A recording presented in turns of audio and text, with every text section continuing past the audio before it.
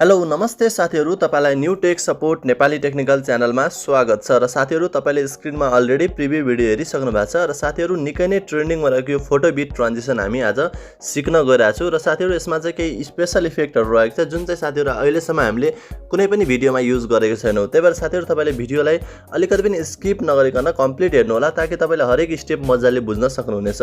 र साथीहरु, भिडियो सुरु गर्नुभन्दा अगाडि यदि तपाई यस च्यानलमा नयाँ हुनुहुन्छ भने च्यानललाई सब्स्क्राइब गर्नुभएको छैन भने च्यानललाई सब्स्क्राइब गरेर छेउमा रहेको बेल आइकन दबाएर नोटिफिकेसनलाई अलमा राखिदिनु होला ताकि तपाईले कुनै पनि ट्रेन्डिङ भिडियो सबभन्दा पहिले हेर्न पाउनुहुनेछ।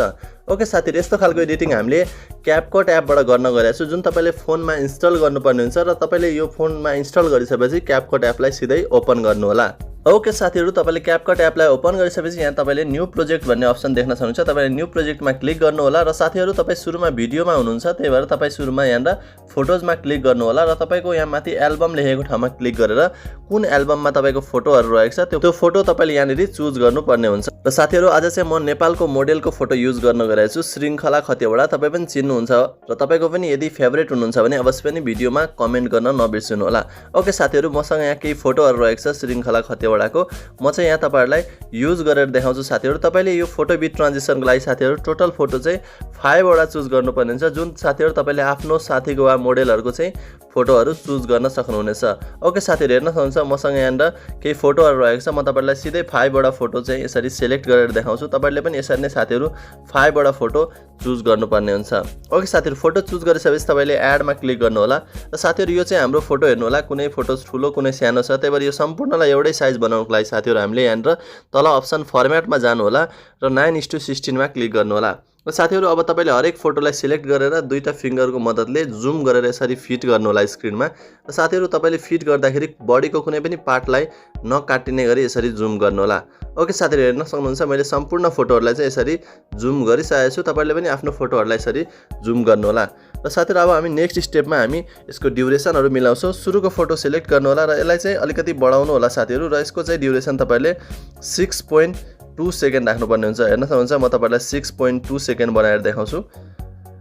ओके साथीहरु, हेर्न सक्नुहुन्छ तपाईले 6.2 नै एक्ज्याक्ट राख्नु होला र त्यसपछि साथीहरु अर्को फोटो सिलेक्ट गर्नु होला। यसलाई साथीहरु तपाईले 1.2 सेकेन्ड राख्नु होला। ओके साथीहरु, 1.2 सेकेन्ड राख्दिसकेको छु। त्यसपछि साथीहरु अर्को फोटो सिलेक्ट गर्नु होला। यसलाई पनि साथीहरु तपाईले 1.2 सेकेन्ड राख्नु होला। एक्ज्याक्ट नै राख्नु होला साथीहरु, हाम्रो अहिले फोटो बिट चाहिँ मिल्नु पर्ने हुन्छ। त्यसपछि साथीहरु सेकेन्ड लास्ट फोटो पनि सिलेक्ट गर्नु होला।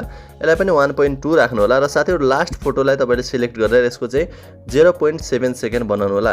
यति भइसकेपछि साथीहरु, अब चाहिँ हामी केही एनिमेसनहरु दिन गइरहेका छौं। त्यसपछि साथीहरु हामी केही इफेक्ट हाल्ने छौं। र साथीहरु, सुरुको फोटोलाई सिलेक्ट गर्नु होला। त्यसपछि साथीहरु एनिमेसनमा जानु होला। एनिमेसनमा गइसकेपछि साथीहरु तपाई यहाँ कोम्बोमा जानु होला। कोम्बोमा गइसकेपछि साथीहरु तपाई लास्टबाट आउनु भयो भने सजिलो हुन्छ। तपाईलाई लास्टबाट तपाई आउँदै जानु भयो भने तपाईले यहाँ राइज स्पिन भन्ने तपाईहरुले अप्सन पाउन सक्नुहुन्छ। हेर्न सक्नुहुन्छ राइज स्पिन कहाँ रहेको छ। ओके साथीहरु, स्पिन राइज हैन है साथीहरु, तपाईले राइज स्पिन यहाँ रहेको छ, यो लिनु होला र यसलाई सिलेक्ट गर्नु होला। त्यसपछि साथीहरु अर्को सेकेन्ड फोटो सिलेक्ट गर्नु होला। एनिमेसनमा जानु होला, कोम्बोमा जानु होला र साथीहरु अन्तिमतिर तपाई जानु भयो भने उबल भन्ने एनिमेसन पाउन सक्नुहुन्छ, त्यो लिनु होला। त्यसपछि साथीहरु अर्को फोटो सिलेक्ट गर्नु होला। एनिमेसनमा गएर कोम्बोमा जानु होला र साथीहरु यसलाई पनि तपाईहरुले उबल भन्ने एनिमेसन नै दिनुपर्ने हुन्छ। त्यसपछि सेकेन्ड लास्ट फोटो सिलेक्ट गर्नु होला। एनिमेसनमा गएर कोम्बोमा गएर यसलाई पनि उबल एनिमेसन दिनु होला र साथीहरु फाइनली लास्ट फोटो रहेको छ, लास्ट फोटो पनि सिलेक्ट गरेर एनिमेसनमा जानु होला, कोम्बोमा जानु होला र साथीहरु यसलाई पनि तपाईहरुले उबल एनिमेसन नै दिनुपर्ने हुन्छ। ओके साथीहरु, फाइनली हाम्रो एनिमेसनको काम सकिसकेको छ र साथीहरु म तपाईहरुलाई एकदम स्पेशल इफेक्ट तपाईहरुलाई युज गरेर देखाउँछु भनेको थिएँ। यो स्पेशल इफेक्टको लागि साथीहरु तपाईले यहाँ हेर्नु होला, तपाईको फोटो यसरी माथि जान्छ। माथि जाँदा गएपछि कुनै एउटा ठाउँमा यसरी अड्किन्छ, जहाँ अड्किन्छ साथीहरु त्यहाँबाट तपाईले यो लाइनलाई यहाँ लानु होला। लगिसकेपछि साथीहरु तपाई यहाँ इफेक्टमा जानु होला। इफेक्टमा गइसकेपछि साथीहरु तपाईले यहाँनेरि एकदम ट्रेन्डिङ रहेको छ साथीहरु, यो इफेक्ट चाहिँ तपाईले यहाँनेरि ट्रेन्डिङमै तपाईहरुले पाउन सक्नुहुन्छ। ट्रेन्डिङमा तपाईहरुले मिनी रेनबो भन्ने इफेक्ट पाउन सक्नुहुन्छ र साथीहरु मिनी रेनबो यसरी लिनु भयो भने तपाईको फोटोमाथि यस्तो टाइपको इफेक्ट आउँछ। ओके साथीहरु, र यो मिनी रेनबोलाई तपाईहरुले फर्स्ट फोटोको अलिकति कमसम्म राखिदिनु होला। यति राखिसकेपछि हेर्न सक्नुहुन्छ मैले राखिदिसकेको छु, अर्थात् तपाईले फर्स्ट फोटो भरि राख्दा नि केही फरक पर्दैन।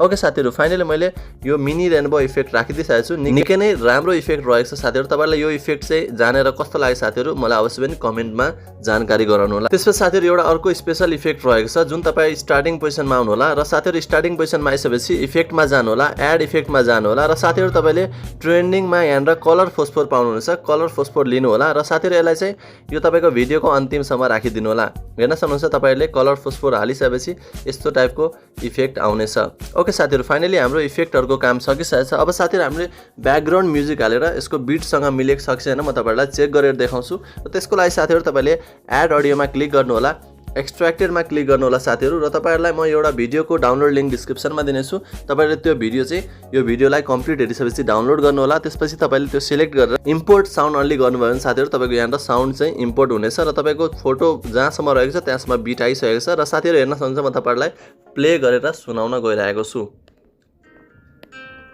ओके साथीहरु हेर्नु होला एकदमै राम्रो टाइपको इफेक्ट रहेको छ म तपाईहरुलाई यहाँबाट सुनाउँछु ताकि तपाईहरुले बीट मिलेको छ कि छैन थाहा पाउन सक्नुहुनेछ